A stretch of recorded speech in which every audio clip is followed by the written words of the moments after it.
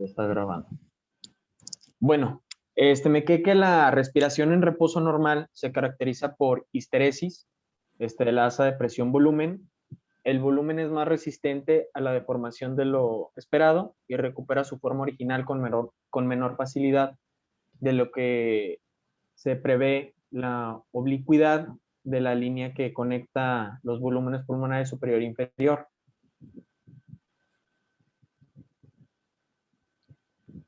Bueno, la suma de las relaciones presión-volumen del tórax y el pulmón origina una curva sigmoide. También la línea vertical trazada al final de la inspiración coincide con la capacidad residual funcional.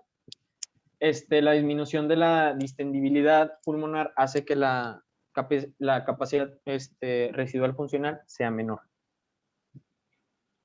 Bueno, aquí las relaciones de presión-volumen en diferentes tasas de la capacidad pulmonar total, sin tomar en consideración la histeresis. El trazo azul señala las relaciones de tensión sobre volumen pulmonares normales. Los seres humanos respiran con normalidad en la porción lineal inclinada de esta curva sigmoide en el punto de máxima oblicuidad. La línea vertical negra en 0 define la capacidad residual funcional, sea cual sea la posición de la curva en el gráfico. La neumopatía restrictiva mínima, señalada por la línea verde, desplaza la curva a la derecha con pocos cambios en su oblicuidad. Sin embargo, en el caso de la enfermedad restrictiva, el paciente respira con la capacidad residual funcional y disminuye la oblicuidad de toda la curva, que es la línea roja, y la neumopatía obstructiva, que es la línea naranja, eleva la distensibilidad.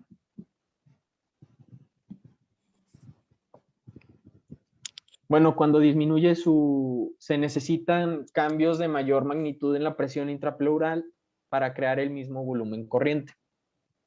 El cuerpo, por ser un organismo observador de energía, prefiere desplazar menos gas con cada respiración y no trabajar más frecuentemente para alcanzar el mismo volumen corriente.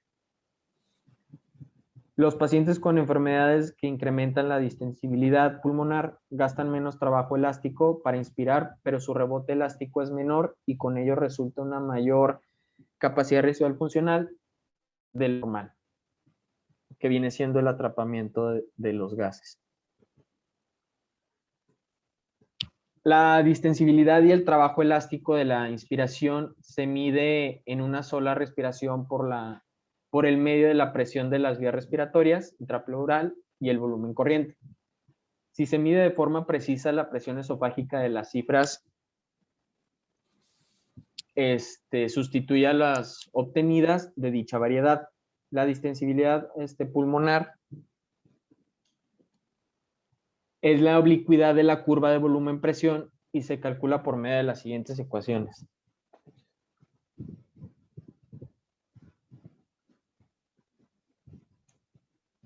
Bueno, donde PL es la presión transpulmonar, PL1 y PLI son las presiones transpulmonares telinspiratorio y telespiratorio. El volumen corriente son las presiones expiratoria e inspiratoria de vías respiratorias, donde las presiones intrapleurales, expiratoria e inspiratoria.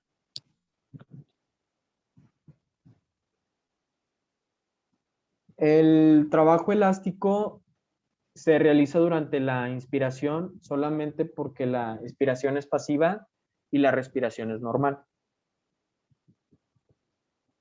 En la resistencia al grupo de gases, el flujo laminar, que la resistencia a los flujos gaseosos laminares en un cilindro sin ramificaciones y recto se calcula por medio de la siguiente ecuación de Poussier, donde PA y PB son presiones, la barométrica y alveolar. El flujo turbulento, los índices elevados de flujo, particularmente por tubos y con ramas o de forma irregular, rompen el flujo ordenado del gas laminar. Si la resistencia al flujo gaseoso es importante, aparecerá flujo turbulento, que por lo común es audible. Dicho flujo tiene un frente cuadrado el gas fresco o reciente llegará al extremo del tubo solo cuando la cantidad del mismo que penetre en tal estructura sea casi igual al volumen del tubo. Cuatro factores que transforman el flujo laminar en turbulento son los grandes flujos de gases, ángulos agudos dentro del tubo, ramificaciones en su trayecto y disminución del diámetro del dispositivo. Bueno, en el incremento de la resistencia de las vías respiratorias, la hiperreactividad de los músculos de fibra de los bronquiolos, como broncoespasmo verdadero, el edema de la mucosa, los tapones mucosos, la descamación epitelial, los tumores y los cuerpos extraños son elementos que incrementan la resistencia respiratoria. La respuesta normal a dicho incremento es la intensificación del esfuerzo muscular en la inspiración con pocos cambios en la capacidad residual funcional. Los sujetos enfisematosos tienen una capacidad extraordinaria de conservar la ventilación alveolar adecuada, incluso si hay una obstrucción importante de las vías respiratorias. Las personas con asma establecen una compensación satisfactoria del incremento de la resistencia de las vías respiratorias y también conserva la mediada de un rango menor a lo normal.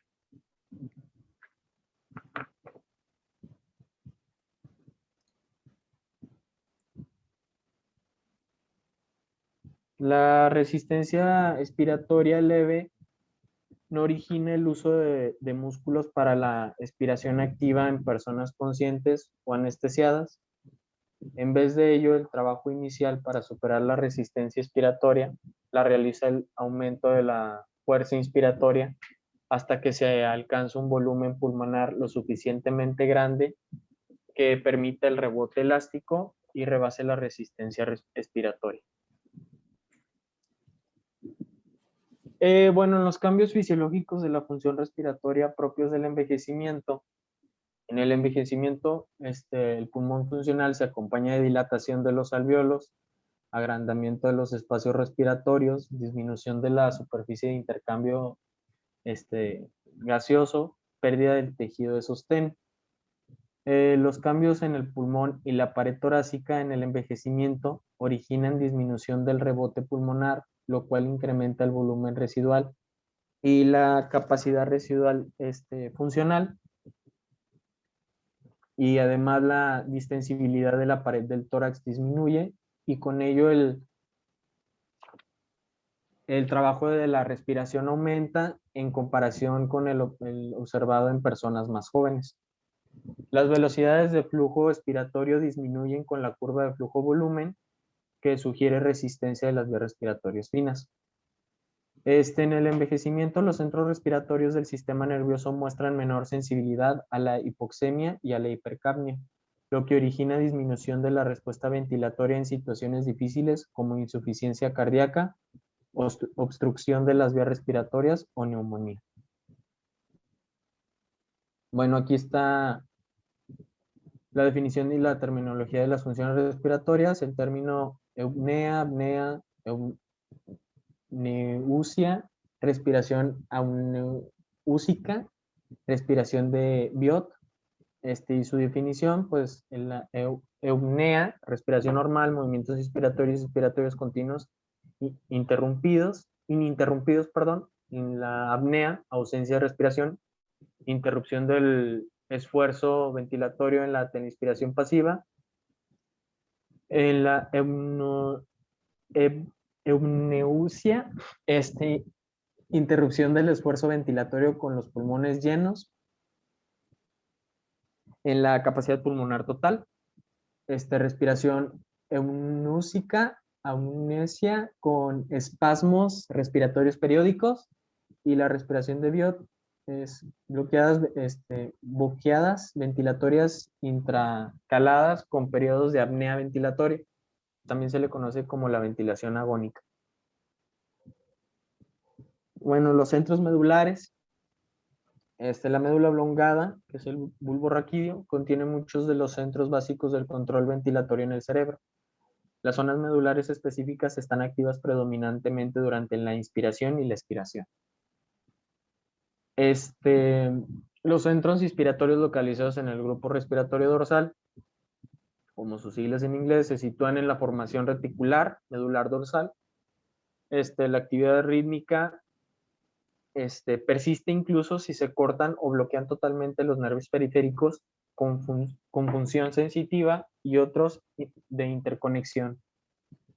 El aislamiento origina ventilación atáxica y boqueada con esfuerzos inspiratorios máximos frecuentes, que viene siendo la respiración amniótica. El grupo respiratorio ventral se localiza en la formación reticular ventral de la médula y actúa como el centro de coordinación expiratoria. Las neuronas que actúan en la inspiración y expiración actúan como un sistema de inervación recíproco y retroalimentación negativa. Cuando genera un impulso para inspirar, se produce la inspiración y el impulso es reducido por otro recíproco.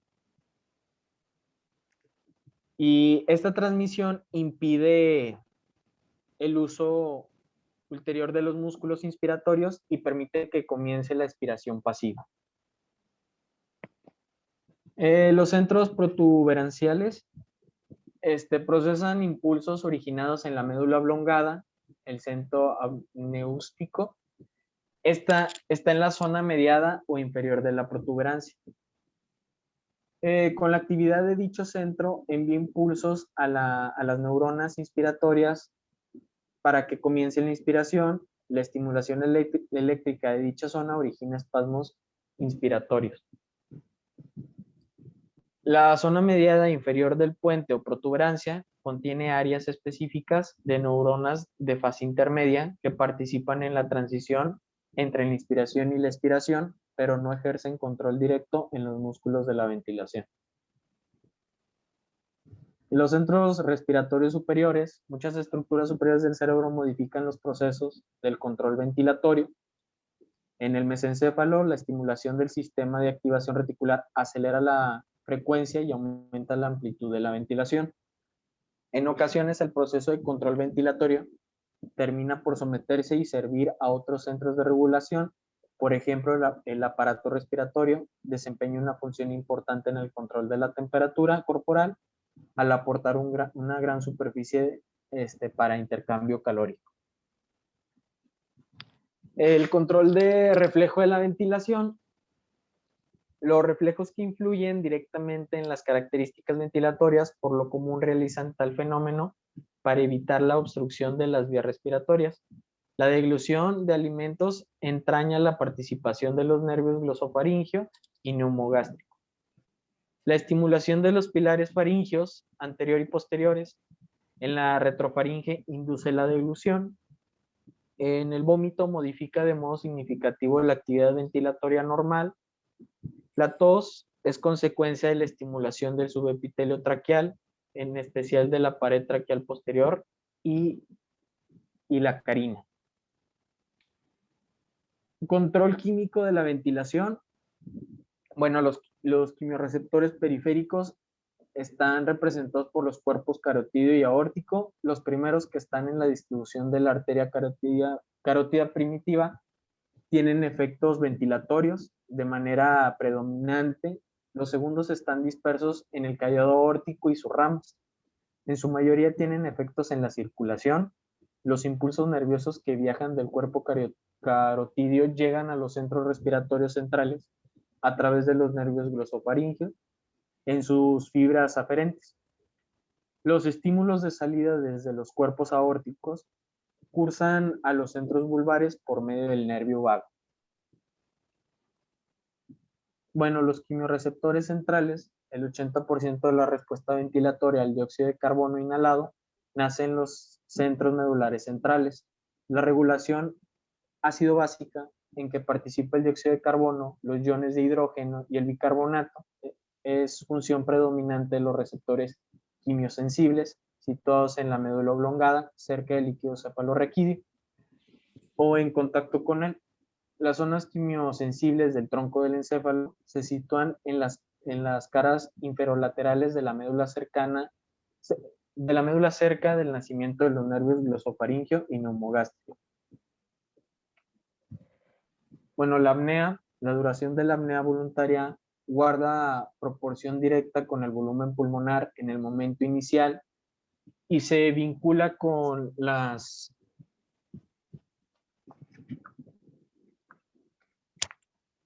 reversas de oxígeno en los alvéolos y la rapidez con la cual aumenta la presión parcial de dióxido de carbono. En el caso de que los volúmenes pulmonares sean menores, la misma cantidad de dióxido de carbono es vaciada en el volumen menor durante el periodo apneico. Con ello aumenta la concentración de dicho gas, mayor rapidez de la que se observa con volúmenes pulmonares mayores. Como aspecto descartable, los sujetos apneicos durante la anestesia general en realidad retienen la respiración a expensas de la capacidad residual funcional y no de la capacidad vital que tiende a acelerar el incremento de la presión parcial de dióxido de carbono, a pesar de la diferencia mostrada en el volumen pulmonar, la rapidez de incremento de la presión parcial del dióxido de carbono en pacientes anestesiados y apneicos es de 12 milímetros de mercurio durante el primer minuto y después es de 3.5 milímetros de mercurio sobre minuto, mucho menor que la observada en el sujeto consciente. Bueno, los aspectos cuantitativos del control químico de la respiración. Las respuestas ventilatorias a la presencia de oxígeno y dióxido de carbono pueden valorarse de forma cuantitativa. Por desgracia, desde el punto de vista clínico, los índices cuantitativos de sensibilidad hipoxémica no son útiles porque sus límites normales son anchos e intervienen muchos factores ambientales que generan confusión. Convendría consultar el comentario clásico de los índices cuantitativos de sensibilidad hipoxémica. Las respuestas ventilatorias o cambios de la presión parcial de dióxido de carbono se mide de varias formas. A condición de permanecer en constante producción de dióxido de carbono, cuando la persona de modo voluntario incrementa su ventilación por minuto al nivel prescrito, la presión parcial de dióxido de carbono disminuye de forma no lineal. La expresión gráfica en que se compara la ventilación por minuto, que es la variable independiente, de la presión parcial de dióxido de carbono, es la hipérbola metabólica. Bueno, aquí está la imagen. En la curva de dióxido de carbono, sobre respuesta ventilatoria, la hipérbola metabólica, que es la curva A, es generada por las variaciones de la ventilación por minuto y por las mediciones de los cambios en la concentración de dióxido de carbono. La configuración en hipérbola vuelve difícil y lento su empleo clínico. La curva B de dióxido de carbono respuesta ventilatoria es lineal entre los 20 y los 80 milímetros de mercurio. Es generado por la presión parcial de dióxido de carbono. Por lo común, al controlar la concentración de dióxido de carbono inspirado y medir en ese instante la prueba más usada para valorar la respuesta ventilatoria. La inclinación define la sensibilidad y el punto fijado de esta presión. Con el sujeto en reposo se produce en la intersección de la hipérbola metabólica y la curva de dióxido de carbono. Y se puede obtener de la curva de dióxido de carbono la respuesta ventilatoria en la intersección X. En caso de no haber estimulación quirúrgica, las dosis crecientes de anestésicos potentes por inhalación o opioides desplazarán la curva a la derecha y finalmente deprimirán la inclinación, que viene siendo la línea verde, roja.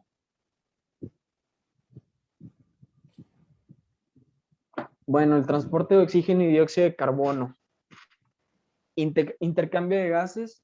La convección en que todas las moléculas de un gas se desplazan en la misma dirección es el mecanismo primario que explica el flujo de fluido en las vías respiratorias grandes y muchas de las finas, desde los bronquios hasta las vías bronquiolares de la decimaquinta generación.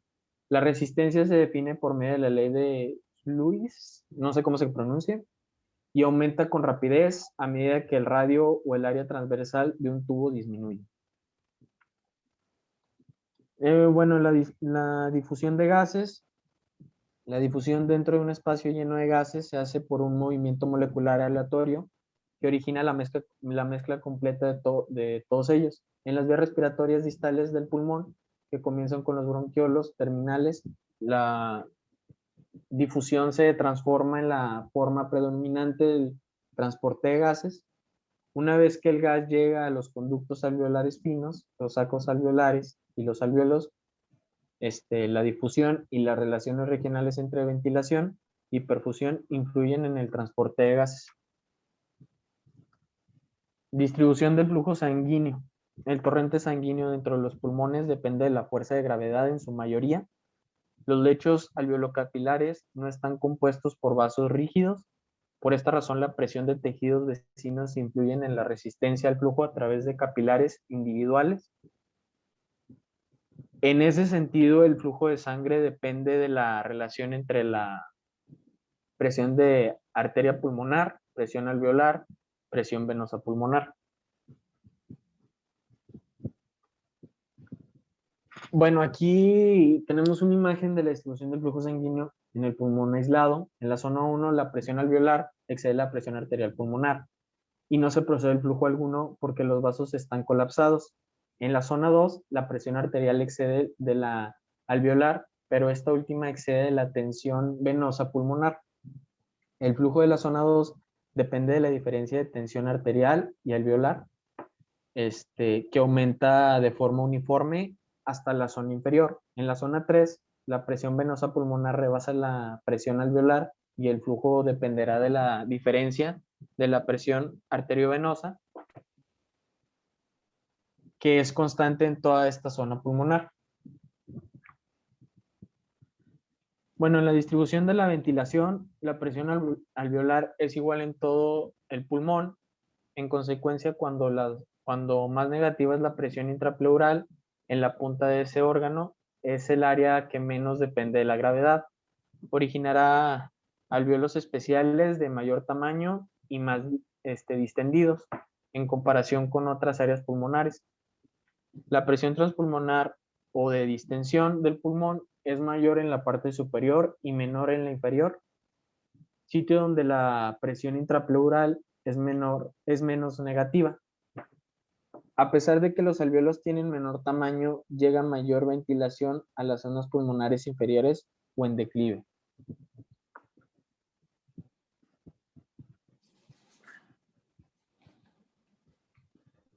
Bueno, en las relaciones ventilación-perfusión, durante una respiración espontánea, la mayor parte del volumen corriente también llega a la porción del pulmón, que depende de la gravedad.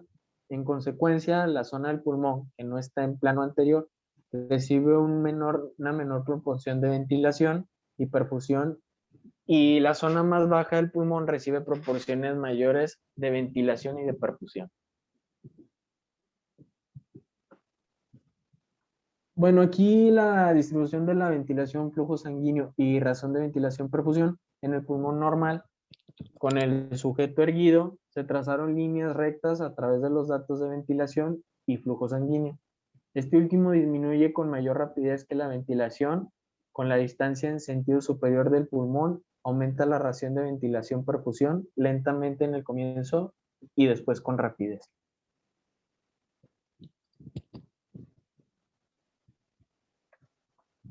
Pruebas de función pulmonar. Los volúmenes y capacidades pulmonares, el conocimiento de los volúmenes y capacidades de gases pulmonares que puede duplicarse, sienta una base fiable para comparar las cuantificaciones normales de las anormales. Las mediciones normales varían con la talla del cuerpo y por esa razón se utiliza con frecuencia la diferencia. Lo normal, las capacidades pulmonares están compuestas de dos o más volúmenes homólogos. Este,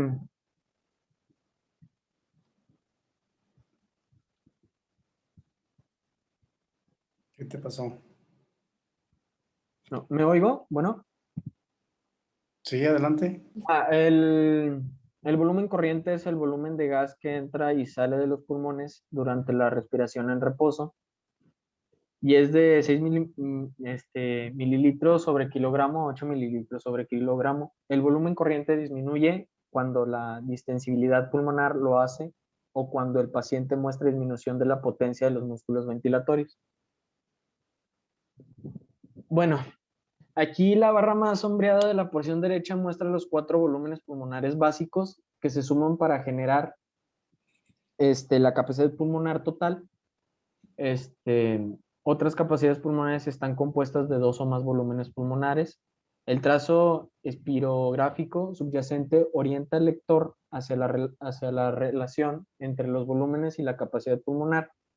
Y el espirograma, que es el volumen de reserva expiratoria, la capacidad residual funcional y la capacidad inspiratoria, volumen de reserva inspiratoria, volumen residual y la capacidad pulmonar total. También la capacidad vital y volumen corriente.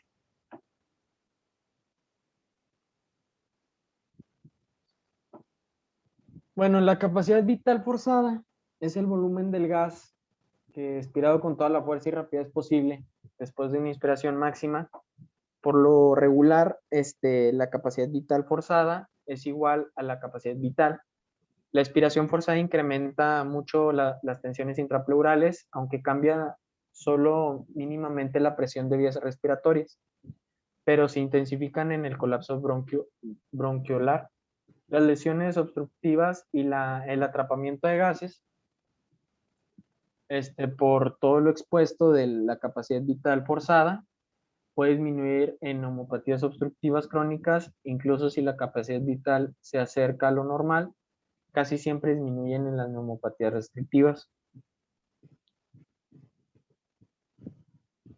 El volumen expiratorio forzado, que son sus siglas, corresponden al volumen expiratorio forzado de gas en un lapso particular durante la maniobra de capacidad vital forzada. Dicho intervalo, descrito por el subíndice T, es el tiempo en segundos transcurrido desde el comienzo de la expiración.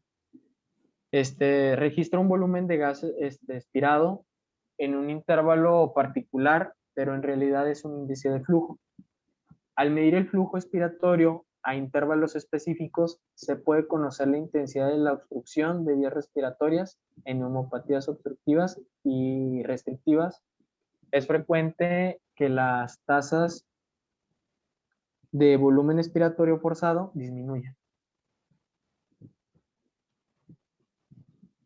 Bueno, aquí el flujo expiratorio medio es del 25 al 75%. El espirograma muestra la capacidad vital forzada de 4 litros y en él están señalados los puntos que corresponden el 25 y el 75% de la capacidad vital forzada y la inclinación de la línea que conecta tales puntos con la del flujo expiratorio medio.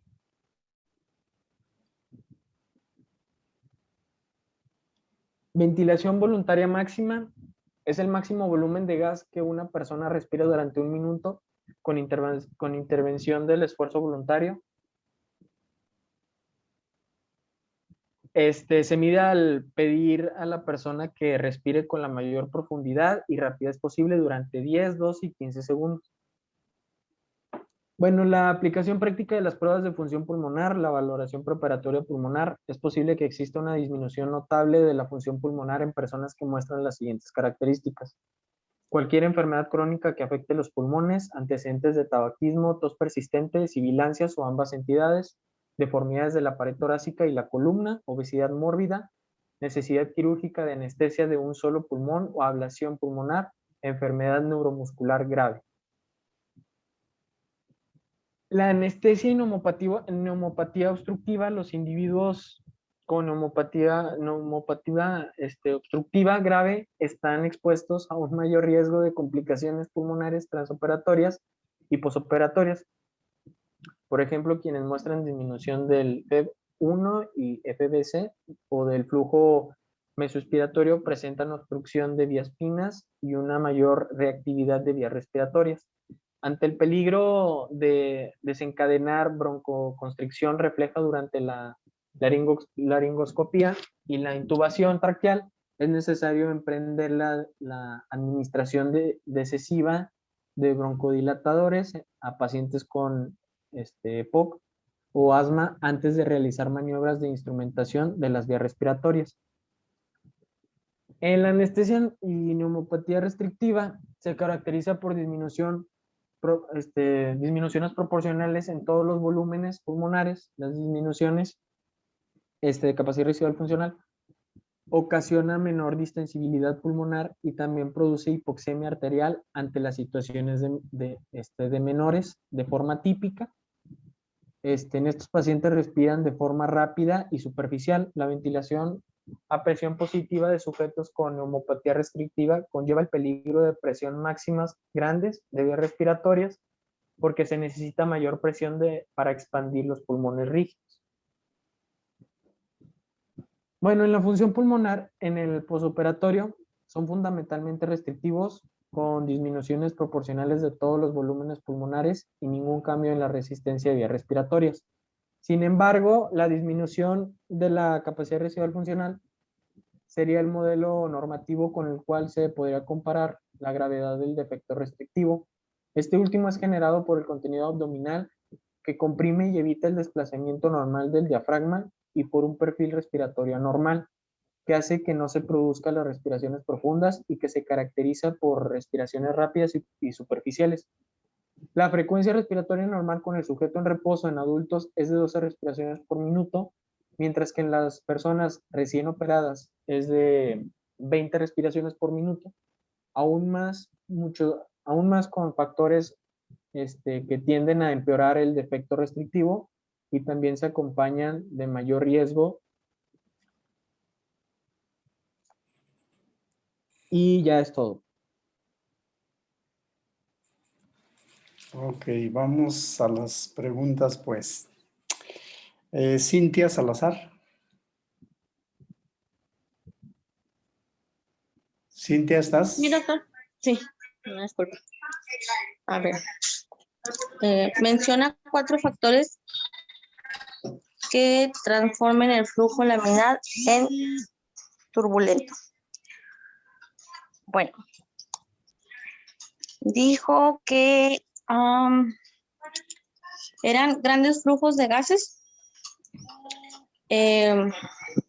o pueden ser ramificaciones en su trayecto y disminución del diámetro del dispositivo. ¿Te falta uno? Y pueden ser ángulos agudos dentro del tubo, parece que dijo también. Ok. Sí. Alfredo Villalba. Sí, doctor. Aquí estoy. La segunda dice elementos que incrementan la resistencia de las vías respiratorias. Y pues los elementos serían el edema de la mucosa, los tapones mucosos, la propia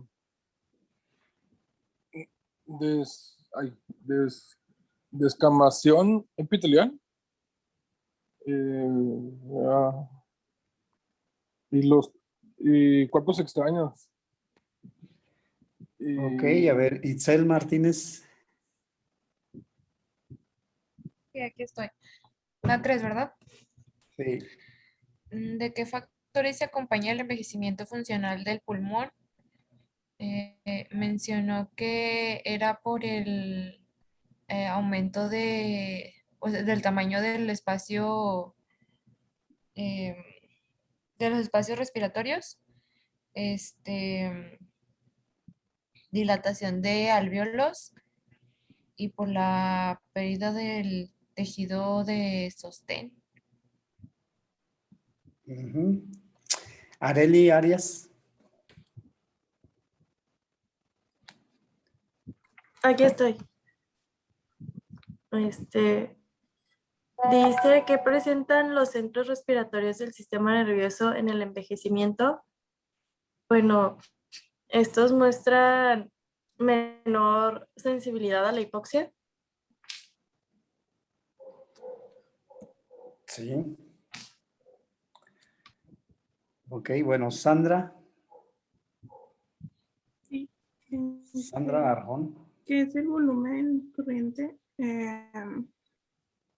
Es el que, bueno, el que se produce por la salida y entrada del gas a los pulmones cuando está en reposo. Entrada y salida de aire de los pulmones en reposo. ¿Ese es el volumen corriente? Del gas, no del... Sí. Sí, o sea, nada más es en la... ¿cómo se llama? En el intercambio de gases, ¿no? Pues no entra aire tal cual. No hay intercambio de gases, ¿eh? El volumen corriente nada más es la entrada y salida de aire a los pulmones en una respiración normal con el paciente en reposo, pero no estamos hablando todavía allí de intercambio de gases, porque eso es a nivel de la unidad alveolo capilar, ¿ok? Bueno, ¿te sales de compartir pantalla?